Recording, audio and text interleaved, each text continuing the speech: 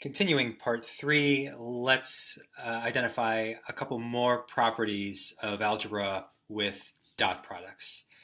First, the dot product is commutative, meaning that A dot B is equal to B dot A. We can reverse the order of the two vectors and get the same result, which we can tell is since A magnitude times B magnitude cosine theta is the same thing as if we flipped the order. That would be identical to B magnitude times A magnitude times cosine theta. So by the definition of dot product, we can see that it is commutative. It is also distributive, second property, meaning that the vector A dotted with the sum of vector B plus vector C, that is equivalent to what we get if we distribute the A dot to the B and the A dot to the C. So it's equivalent to A dot B plus A dot C. I'm not going to discuss a formal proof of this, but you can see the proof in this diagram here. I submit that by studying the geometry here, you can convince yourself that these two are indeed equal to each other. So I recommend pausing the video and taking some time to do that. Can you see from the geometry here that this is indeed true? It actually works even in 3D, although this is just a 2D diagram. So for a challenge, imagine that A and B here lie in the plane of the page, but that vector C and thus vector B plus C tilt out of the page. And could you see that the distributive property still holds even in 3D? So there's a challenge for you. But anyway, we need these two properties moving forward, commutativity and distributivity.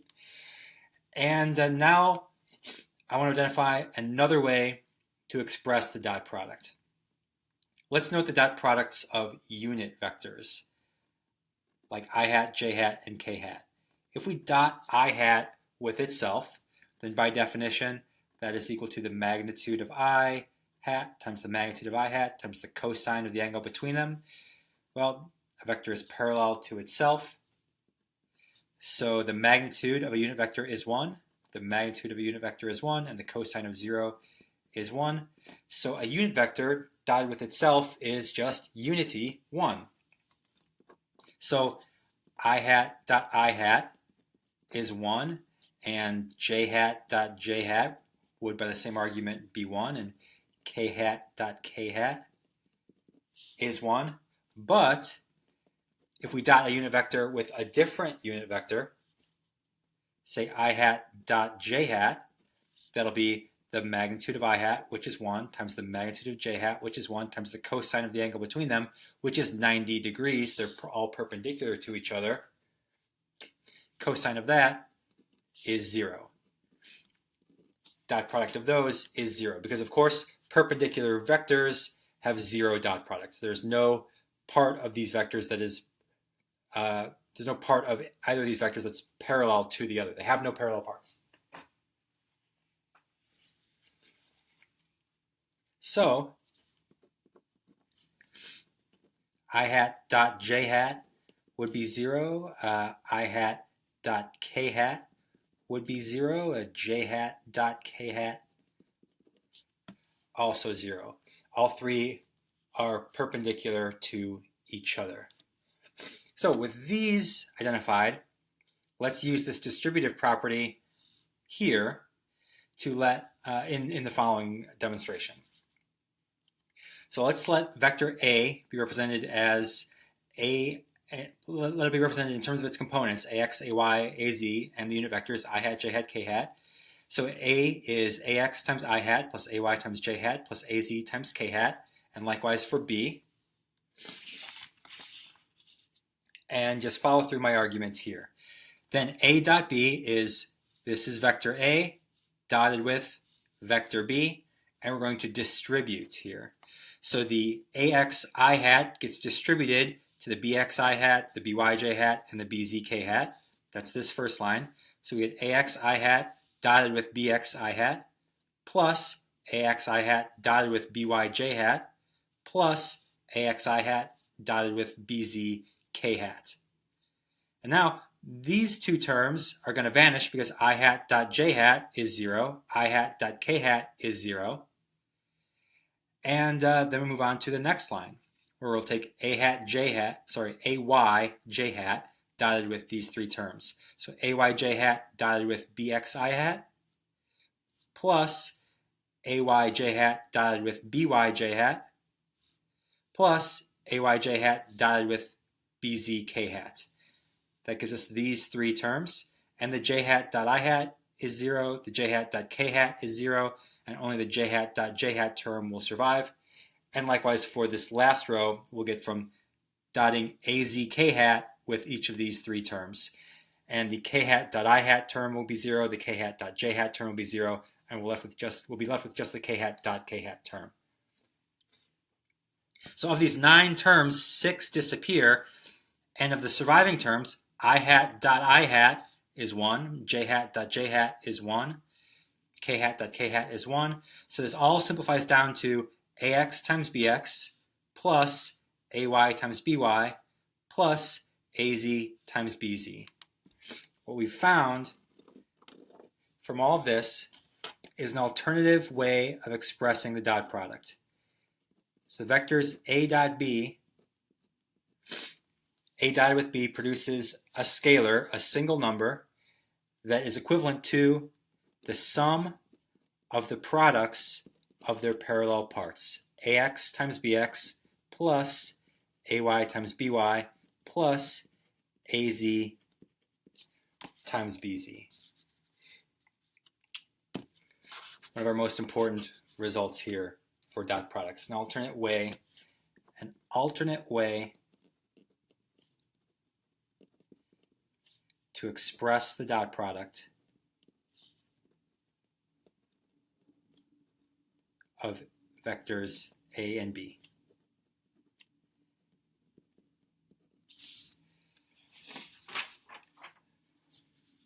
So our original definition was this: A dot B can be expressed as the magnitude of A times the magnitude of B times cosine of theta. That is equivalent to the sum of the products of their parallel parts. So it's also equal to this. And now through some examples, let's utilize both of those ways of expressing the dot product. So suppose at one instant, an object moving in 3D has an instantaneous acceleration given by this vector. It has x, y, and z components, 2.7 I hat plus 4.4 j hat plus 5.3 k hat meters per second squared, and an instantaneous velocity vector given by this expression with these three components, an x, y, and z component, 1.9 I hat plus 2.6 j hat minus 3.4 k hat meters per second. So we've got these two vectors in 3D. Let's first find the magnitudes of A and V. So this would just be using the three-dimensional form of the Pythagorean theorem here. The magnitude of A would be ax squared plus ay squared plus az squared, square rooted. So just using those three values there to get the magnitude of A. Then the magnitude of V, likewise, this is vx squared plus vy squared plus vz squared, square rooted. Okay, so we've got their magnitudes. Now find the dot product, A dot V. And we'll use this form of expressing the dot product. This is handy when you know the components of the vectors, the x, y, and z components. So A dot V will be AX times VX plus AY times VY plus AZ times VZ. So here we have AX times VX plus AY times VY plus AZ times VZ. Note the minus sign there. This doesn't get squared or anything. That this term is going to be negative. Okay, perform the arithmetic there, sum those up, and we get negative 1.45. And the unit comes from multiplying the units of A and V. So meters squared per second cubed. All right, so we've used this method of expressing dot product to find the dot product, given the components of the vectors A and V. And now we can actually also find the angle between those two vectors. Now, I don't know about you, but just with this piece of information and this piece of information, I have a hard time visualizing this vector in space and I would have a particularly hard time visualizing the angle between those two vectors. Nevertheless, we can find it. If we use the original definition of our dot product, A dot V equals the magnitude of A times the magnitude of V times cosine of theta, then we can determine that cosine of theta is equal to the dot product A dot V divided by the magnitude of A times the magnitude of V. And therefore the angle can be found by taking the arc cosine or the inverse cosine of this ratio, A dot V over magnitude of A times magnitude of V, which I've written here. So our angle can be found by taking the arc cosine of A dot V, which we found there, the negative 1.45, divided by the magnitude of A, 7.4, and the magnitude of V, 4.7. We can note that the units will cancel out because this is A units times V units on top, and then A units times V units on bottom, so units cancel.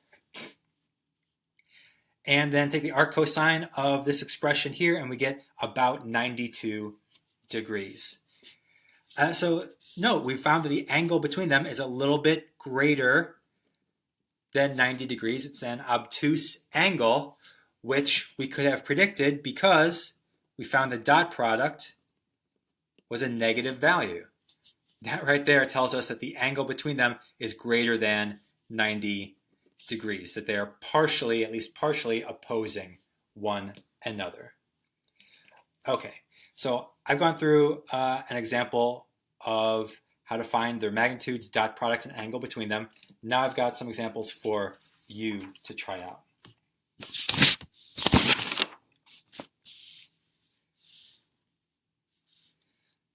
So I'm going to ask you to pause the video and work through this example here yourself.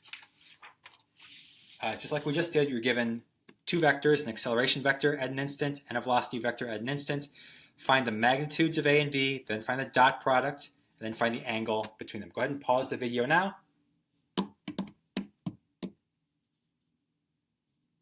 Ready? Let's see, am I ready? Okay, magnitudes of A and V. Okay, here's our magnitudes from Pythagorean theorem, so about 31.46 meters per second squared and about 5.244 meters per second. We're going to be using these values in the subsequent calculations, so I recommend storing the full value and not rounding it off here, so store those values in your calculator. Next, find the dot product of A and V. You should have gotten this. AX times VX plus AY times VY plus AZ times VZ. Did you get the unit correct? Meters squared per second cubed. Unit has to be on there, must include the unit. Comes out to about negative 165 meters squared per second cubed. Okay, so if you didn't get either of these correct, take a moment to fix those now and recalculate the angle. Pause if you need to do that. Otherwise, here's the result. Angle between those two vectors can be found by taking the arc cosine of the dot product divided by magnitude of A and the magnitude of V. So the arc cosine of negative 165 divided by magnitude of A, magnitude B, magnitude V. And that should come out to exactly, if you were exact with these values, exactly 180 degrees, indicating that A and V are perfectly anti-parallel to each other. I bet you didn't know that from just looking at these two expressions here and here. Hard to tell those vectors are exactly opposite each other given their components, but with the A to the dot product, we were able to determine that indeed they are exactly anti-parallel. Okay, one more example for you to work out. Next one. Same deal. Here's just two new vectors, a new acceleration vector at an instant and a new velocity vector at an instant. Note this time this velocity vector does not have a j hat component, meaning that Vy is 0. No j hat component, so no y component to that vector. Pause the video once again and work out their magnitudes, their dot product, and the angle between them. Ready? Here are their magnitudes from Pythagorean theorem. So it should be positive, of course, based on our definition of a magnitude. Don't forget the units. Here are their here is their dot product. A dot v. So ax times vx plus ay times vy. Ooh, that was 0. There's vy was 0. Plus az times vz. And that turns out to be 0. What's that tell us? If their dot product is 0, what is that telling us about those two vectors? It is telling us that they are perpendicular to each other. A and V make a right angle to each other. Hard to tell from looking at the components, but the dot product tells us that. So they're perpendicular, therefore the angle between them, we know what that should come out to be. We can just go ahead and say it's 90 degrees since their dot product was 0.